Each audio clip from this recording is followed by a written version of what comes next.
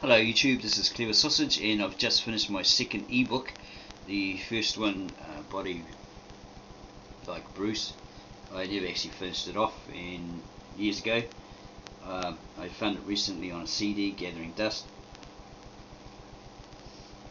It's far from complete, I need to do more research on it. So I'm looking at that one. But I've completed this one. It's got a few typos, etc. that I've got to fix up before I sell it online. Yeah, I'm thinking of selling it online. It's basically the truth revealed, the ancient original manuscripts versus the modern Americanized Bibles or American Bibles. Step-by-step guide to the correct translations from the original languages spoken by the Messiah and his disciples, from two translators who've never met, right? But they're doing the similar sort of work, translating the supposed original manuscripts given by the original disciples Thomas and Jude to the original church, Apostolic Orthodox Catholic Church of the East, right, which was hidden by the priests and therefore preserved for 2,000 years, versus the Americanized Bibles you have here. Supposedly they all translated from the American Bible, right? All the Bibles of the world. So you got the first one by Mesopotamian, native-born Mesopotamian Aramaic speaker Victor N. Alexander, who's translated many books of the Old Testament from the Kitab Asherit or Asherit or Assyrian Aramaic into English, and he's also completed the Galilean Aramaic New Testament manuscripts in English. Okay, and then you have Andrew Gabriel Roth and his website, where he has supposedly translated from the original Syriac Peshitta manuscripts from the same ancient church. Okay, apparently they've never met each other, they don't know each other, so they can't influence each other. You know, and they like sway one to the other's way of thinking, right? Okay, so yeah, basically I've done that. Okay, created this ebook. Okay, trying to get a opinion on it, because yeah, I guess I'm a perfectionist, but you know, I don't want it to be up there and it looks like crap, or it's total crap and it doesn't make sense. So yeah, I'm trying to put it up there looking as professional as I can. Just give you a sneak peek here. Okay, here's a list of lessons. You know, it's only about 6 or 7, pretty basic to grasp. You know, how to study it properly, how to study this book properly, how to study any book effectively, right? So you can understand exactly what the writer or the author is trying to get across to you, the potential reader. Okay. Be it of the past, or the present, or the future reader. Okay. Okay, it goes on about sin, what exactly is sin, how to define, recognize and identify sin within your life, and key tools, methods, techniques in order to suppress the social programming, bad habits, urges, etc. that one has in his life. Some tools here, brief history and testimony of the people that within this book that claim to have the supposed original manuscripts and the actual or the real truth, right? Real truths. Okay, how to be happy 24/7, 365, because you don't have to be unhappy. You know, it's a choice. You choose to be unhappy. Well, yeah, often you do. Okay, and it's suggested to do this and be happy. You don't have to be miserable. Who says you have to be miserable? Who determines that? You can change that. And then it goes deeper into the psychology of it all. Is all illness and disease psychosomatic? Is it simply all in your head? You know, all illnesses and diseases may have their beginnings in the mind. That's according to a certain source online. Okay, an expert in psychology apparently. And then you got the epilogue, short spiel at the end about the book, and the resources, links, video links, etc. You know, as reference. Okay, here's the introduction. Okay, You know, I put here, in no way, shape or form is this to promote myself as the chosen one who has had a dream or vision, and NDE, went to heaven and hell, etc. as I haven't, and I don't play those kind of games in order to get much needed attention. Okay.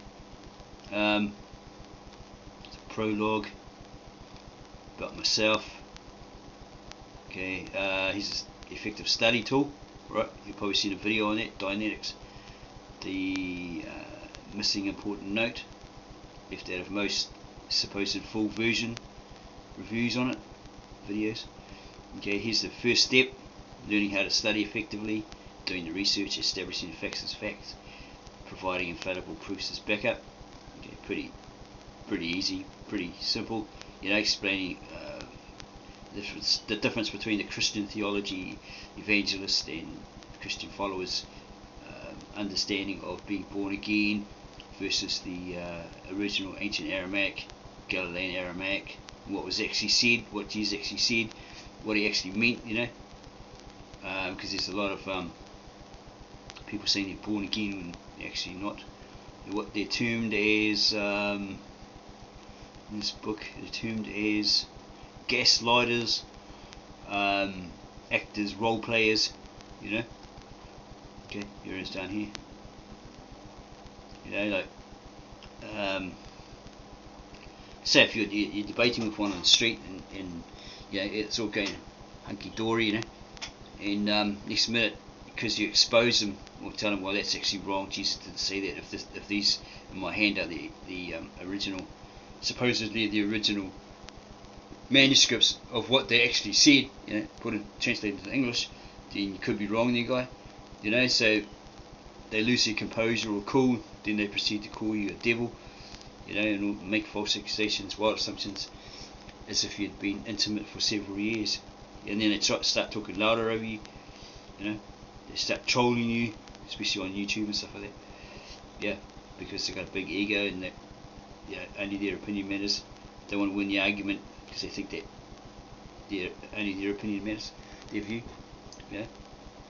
They have this hidden agenda, okay, and controlling the tongue, you know, tongues like can be a poison, and yeah, it goes on like that. Yeah, here's signs of gaslighting, explains what that is.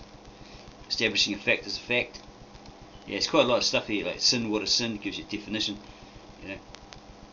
And you've got something about Islam and why you sin, prefrontal lobe. Yeah, it's got all this backup, you know, like links and sources and stuff. Not tomato sources, you know, sources where you can actually go and look at it yourself. Yeah, it's quite extensive. There's quite a lot there, and there's a couple of suggestions. Yeah, it's basically what they are, suggestions. They're not like, you know, fixed in stone. It's entirely up to you. They're just tools to help people, you know. People that are stuck, like they might ask you a question like, why am I still sinning if I'm not supposed to sin, and all that sort of stuff. You know, how do I get over it? How do I stop that? How do I suppress it? It's all there. Okay, it's all this information. And then lesson reviews at the end. See, lesson 3 review. Okay, and there's a source of these people claiming to have the truth, be telling the truth. Yeah, you can check out what they're all about. You know, maybe expose them, prove them wrong, prove them liars, whatever. Okay, it's a little bit of a history of Andrew Gabriel Roth. Okay. Yeah, it's just a bit worried because there's a lot of like links to information that's online, but I use them as backup. Okay, it's Victor Alexander explaining what this symbol here means, right? And I've checked it out, and sort of like a bit different. Historically, it's a bit different to what he states it is on the front of his Genesis or Bereshit into English translation. See, I got a lot of information on that from reading his website, but it's not complete because his website's down, and I have to go to the top of my head half the time, you know. So yeah, sometimes I make mistakes in my recall. Okay, how I was inspired. Okay, I came across a Jehovah's Witness who inspired me immensely with his great knowledge of Scripture. I was amazed at his knowledge, the way he delivered it, remaining cool, calm, collective, as I fired him with many questions, and then this volley at him, you know. I was recently, yeah, this is where the first to know the Bible like the back of my hand first emerged from. I was like a recently turned vampire with the thirst. Right, there's a couple of old sayings, you know, wise wisdom. Okay, here we go. I go into the depth of it. You know what these symbols actually mean, like there's the Mesopotamian, the Persian, right? There's the Sumerian in the background there, with the copper scrolls. Well, I think that's a copper scroll. Okay. It goes on about Wikipedia. Why isn't it a reputable source? You know, people trolls always try to hit me with, oh, you got it from Wikipedia. Oh, you know, Wikipedia. Yeah, okay, whatever. It's not that bad. At least it's a good. Oh, okay, they say it's not a reliable source of reference, but other people say it is. Well, I've got a lot of stuff from there, and then compared it with someone else, you know. So it's not that bad. Okay. Yeah, there's that picture that the translator, Victor N. Alexander, was going on about. It's completely different to what, you know, he was talking about. What he says it is historically. Okay. Okay, it's a wise old wisdom from Buddhism.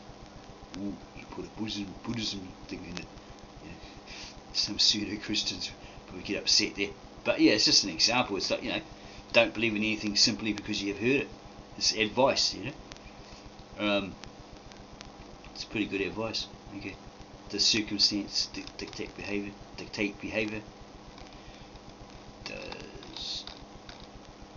Does circumstance dictate behavior? Okay. Yeah, give it a quick look at this.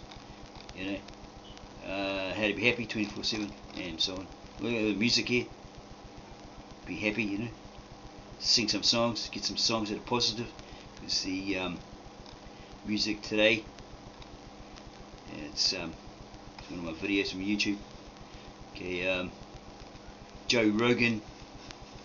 You know, financial vampires will bleed you drier than colours means he's stolen jokes. Yeah, he pulled him up on that. He claimed he wasn't stealing everyone else's jokes, and then the people came on and said, "Yeah, he stole my joke, man." Okay. Yeah, a few songs here, right? Okay, this is epilogue. But yeah, it's got something here about why teenagers are the way they are. I'm pretty sure it's down here somewhere. Because I'm thinking of another idea in regards with teenagers, giving them a voice. Get the hell am I? I'm lost. Okay, it's up here somewhere. I'm sure I put it in here. Okay, maybe this is the copy and it isn't added in there. I'm not really sure. Oh, here we go. Here's about young people. Okay, giving the young people a voice here. Trying to get them interested in doing the live stream where they, you know, say, "Hey parents," and so on. The young people desperately looking for an identity and answers to why, because today's new style of music could be doing you major harm, mentally, physically, and even spiritually. Gangster rap, mumble rap, psycho rap, etc. could be doing you major harm, mentally, physically, even spiritually, because lyricists, or the lyrics often suggest the singer feeling depressed, suicidal, violent, murderous, and so on. And you know, they look like demons. You know, with their silver teeth and tattoos all over their face and stuff. It's like, then they roll their eyes back. Yeah, something definitely not right there. It's either the drugs they're on, or you know, it's totally demonic. It's messing with kids' heads, basically. You know, it's a fact. You know. Okay, so yeah, that's basically it. So yeah, if you like this video, you like the idea of this book, then subscribe to my channel, leave your comments, give me a thumb up, and I'll get back to you as soon as possible.